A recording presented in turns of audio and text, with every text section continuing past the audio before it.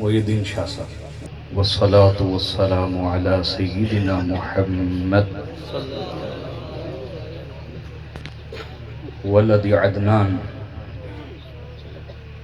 وعلى آلہ وصحبہ الکرام إلى يوم الحساب والمیزان. أما بعد فأعوذ بالله من الشيطان الرجيم. بسم الله الرحمن الرحيم. ادخلوا في السلم كافة. صدق الله مولانا العظيم.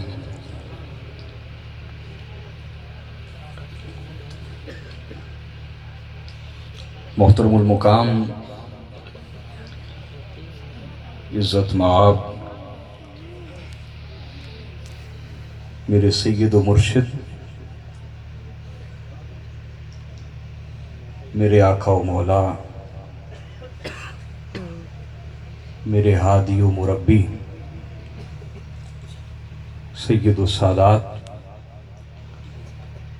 عالم ربانی حضرت قبلہ ڈاکٹر پیر سید امتیاز احمد بخاری حفظہ اللہ تعالی، محترم المقام والد گرامی عزت مآب سید عطا اللہ شاہ صاحب گیلانی، محترم المقام عزت مآب جناب سید محمد لطیف شاہ صاحب گیلانی،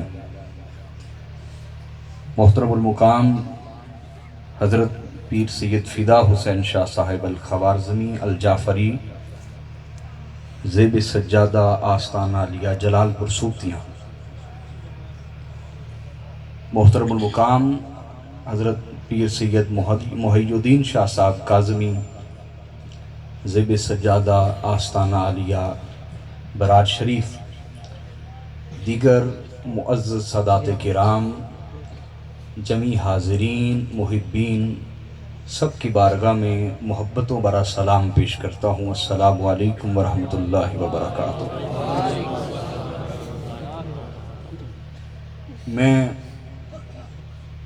کروڑ بار شکر ادا کرتا ہوں اللہ جل مجدہ کا کہ جس نے اس عظیم سعادت سے نوازا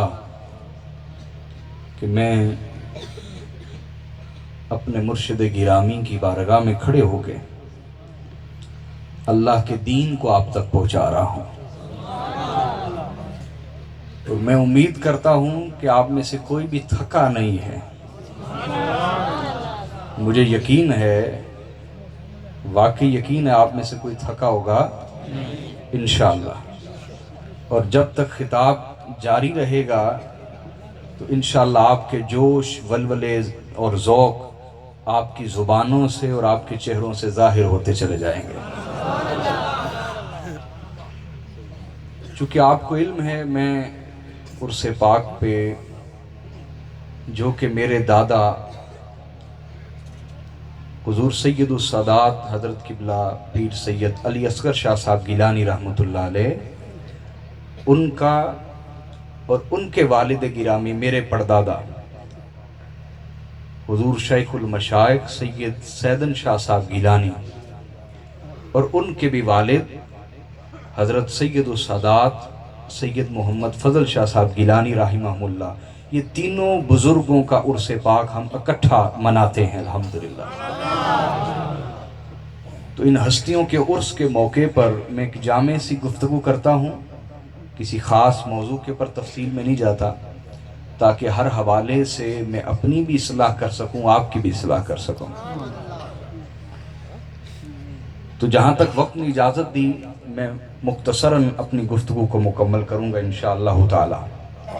حضور کی بارگاہ میں ہدیہ تشکر پیش کرنا چاہتا ہوں جناب برادر محترم حضرت سید علی حسنین شاہ صاحب گیلانی اور ان کی پوری ٹیم کو، جنہوں نے اس خوبصورت بزم کو سجایا ہے دن رات محنت کر کے. اللہ ان کو اور ان کے ساتھ جتنے احباب ہیں، جتنی بھی جس طرح کی جس نے خدمت کی ہے، اللہ بے حساب دنیا میں بھی اجر عطا فرمائے، بے حساب آخرت میں اجر عطا فرمائے۔ حاضرین محترم، آج کی گفتگو کا آغاز جس طرح میں ہمیشہ توحید سے ہمیشہ عرس کی تقریر کا آغاز کرتا ہوں۔ توحید کہتے ہیں اللہ کو ایک مان لینا، وحد یوحد توحیدا، اللہ کو ایک بولیے نا، سب نے بولنا ہے۔ میں بول رہا ہوں تو آپ بھی ساتھ دیں گے انشاءاللہ، آپ کو دوہرا یاد ہوگا انشاءاللہ۔ بولیے اللہ کو ایک مان لینا، یہ توحید ہے۔ کس طرح؟ اس کی ذات میں بھی ایک مان لینا کہ جس طرح کی ذات اس کی ہے اس طرح کی ذات کسی اور کی نہیں ہے، یہ مان لینا، یہ توحید ہے، اور یہ پہلی قسم ہے۔ دوسری کہ جس طرح کی اس کی صفات ہیں اس طرح کی صفات کسی اور میں نہیں ہیں، یہ توحید ہے۔ اور جو اس کے نام ہیں اس طرح کے نام کسی اور کے نہیں ہیں، یہ مان لینا، بولیے یہ کیا ہے؟ توحید ہے۔ اور اسی طرح یہ توحید کچھ تقاضے رکھتی ہے۔ عقیدہ توحید بولیے کچھ تقاضے رکھتی ہے۔ پہلا تقاضا اس کا یہ ہے کہ انسان اقرار کرے ہر چیز کا خالق اللہ ہے۔ ہر چیز کا خالق بولیے اللہ ہے، اور انسان اس چیز پر کامل یقین رکھ لے کہ ہر چیز کا مالک اللہ ہے۔ ہر چیز کا مالک بولیے، اور یہ بھی خوب یقین کر لے کہ ہر ایک کو رزق دینے والا جو رازق ہے وہ بھی کون ہے؟ بولیے اللہ۔ بولیے کون ہے؟ پھر بولیے کون ہے؟ اللہ ہے۔ اب یہ میں نے سادہ سی گفتگو کی ہے، لیکن کیا میں اور آپ اس پر عمل کرتے ہیں؟ غور کرنے کی بات ہے۔ اگر انسان یہ مان لے، ڈبلی ختم کریں، آواز سادہ خوبصورت ہے۔ اگر انسان یہ مان لے کہ ہر چیز کا مالک اللہ ہے تو جھگڑے کیوں کرتا ہے؟ فساد کیوں کرتا ہے؟ حسد میں کیوں پڑتا ہے؟ تکبر کس بات کا کہ یہ میرا ہے یا میری ہے؟ اس کا مطلب یہ ہے کہ زبان کہہ رہی ہے کہ ہر چیز کا مالک اللہ ہے، لیکن دل کہہ رہا ہے کہ اس کا مالک میں ہوں، فلاں چیز کا مالک۔ اس لیے کہ دلوں میں تکبر ہیں، دلوں میں عجب ہیں، اور یہ خرابیوں کی انتہا ہے۔ تو یاد رکھ لیں، اللہ نے قسم کھائی ہے کہ تکبر یہ میری تہمت ہے۔ تکبر جو میری تہمت کھینچنا چاہے گا میں اسے ہلاک کر دوں گا، ہلاک کر دوں گا اسے۔ یہ اللہ نے قسم کھائی۔ یہ جھگڑے کیوں ہیں؟ اس وجہ سے کہ کامل یقین نہیں کہ ہر چیز کا مالک اللہ ہے۔ اس چیز پہ یقین نہیں، زبان اقرار کرتی ہے لیکن دل میں یقین۔ یہ خرابیاں، یہ فسادات کلمہ پڑھنے والوں کے اندر ہیں۔ اس وقت کلمہ پڑھنے والے میرے سامنے موجود ہیں، اور آپ کے گھر والوں سے خطاب کر رہا ہوں جس طرح ہوتی ہے۔ تو حاضرین محترم، آج اس عرس کے موقع پر یہ عقیدہ درست کرنا ہے کہ جب ہر چیز کا مالک اللہ ہے اور رازق بھی اللہ ہے، اس نے مجھے میرے مقدر کا رزق ضرور دینا ہے، تو پھر میں چوری کیوں کروں؟ پھر میں کسی پہ ظلم کر کے مال کیوں ان سے چھین لوں؟ میری بات سمجھ رہے ہیں آپ؟ کیوں فساد کروں؟ کیوں لوگوں پر تشدد اور بربریت کر کے ان کو ہراساں کر کے ان کا مال لوٹوں؟ کیوں؟ جب رازق وہ ہے، جتنا میرے مقدر کا ہے ملے گا۔ اگر میں اپنے مقدر سے زیادہ اکٹھا کروں گا تو میرے لیے وبال بن جائے گا، میرے لیے عذاب بن جائے گا۔ یہ عقیدہ آج یہاں سے لے کے ہم نے اٹھنا ہے کہ جو میرے مقدر کا ہے وہ میرے تک بولیے پہنچے گا، کہ رازق کون ہے؟ اللہ ہے۔ اور میرے مرشد گرامی فرماتے ہیں کہ رزق اور موت دونوں انسان کو تلاش کر رہے ہیں، لیکن موت کی رفتار سے زیادہ رزق کی رفتار تیز ہے۔ کہ جو لقمہ آپ کے مقدر میں لکھا ہے موت کے آنے سے پہلے پہلے وہ آپ تک پہنچ جائے گا۔ رزق کی رفتار موت کی رفتار سے بولیے زیادہ ہے، اس لیے اللہ پر کامل یقین رکھنا ہے اور ہر طرح کے رزق حرام سے ہاتھ پیچھے کر کے سچی توبہ کر لینی ہے۔ بولیے سچی توبہ کر لینی۔ حاضرین محترم، یہ تو توحید ہم نے عرض کی۔ توحید کے کچھ تقاضے ہیں۔ پہلا تقاضا یہ ہے کہ اللہ سے شدید محبت کی جائے، اللہ سے شدید محبت کی جائے۔ ہے ہی سب کچھ اس کا، یہ بدن اس کا، یہ جان اس کی، یہ دل اس کا، بس اپنے ارادے سے یہ دل اس کو دے دینا ہے۔ ہم مرید ہیں نا کسی نہ کسی سلسلہ میں، تو مرید کس کو کہتے ہیں؟ قابل توجہ بات ہے، مرید کس کو کہتے ہیں؟ یاد رکھ لیں، مرید عربی گرامر کے اعتبار سے صفت مشبہ پر فعیل کے وزن پر صفت مشبہ ہے۔ اب یہ آپ کو گرامر کی بات ہے، آسانی سے سمجھاتا ہوں۔ ایک لفظ ہے ناصر۔ کیا لفظ ہے؟ ناصر اس میں فاعل ہے۔ ناصر کا معنی ہوتا ہے مدد کرنے والا۔ ناصر کا معنی کیا ہے بولیے؟ مدد کرنے والا۔ لیکن تب تک ناصر ہے جب تک مدد کرتا رہتا ہے، جب مدد نہیں کرتا تو اس کو ناصر کہا جاتا، یعنی صفت عارضی ہے، مدد کرنے کی صفت بولیے ناصر میں صفت مدد کرنے کی بولیے نا، کوئی خاموش نہ ہو، علمی بات ہے، توجہ سے سنیں گے سمجھ آئے گی۔ ناصر میں مدد کرنے کی جو صفت ہے وہ بولیے عارضی ہے، لیکن نصیر فعیل کے وزن پر صفت مشبہ ہے۔ نصیر اس کو کہتے ہیں جو مدد کرے اور صدا کرتے رہے، جو مدد کرے اور بولیے صدا کرتا رہے، اس کو نصیر کہتے ہیں۔ اب نصیر کے وزن پہ ہی ہے مرید۔ کیا بولیے؟ میرے دادا حضور سیدنا غوث العظم سیدنا عبد القادر الجیلانی فرماتے ہیں المرید الذی یرید اللہ، فرماتے مرید وہ ہے جو صرف اللہ کو چاہے اور اسی کو چاہتا رہے۔ مرید وہ ہے جو صرف اللہ کو چاہے اور صرف اسی چاہتا رہے، اسے مرید کہا جاتا ہے۔ تو ہمیں سوچنا ہوگا کیا ہم مرید بنے ہیں؟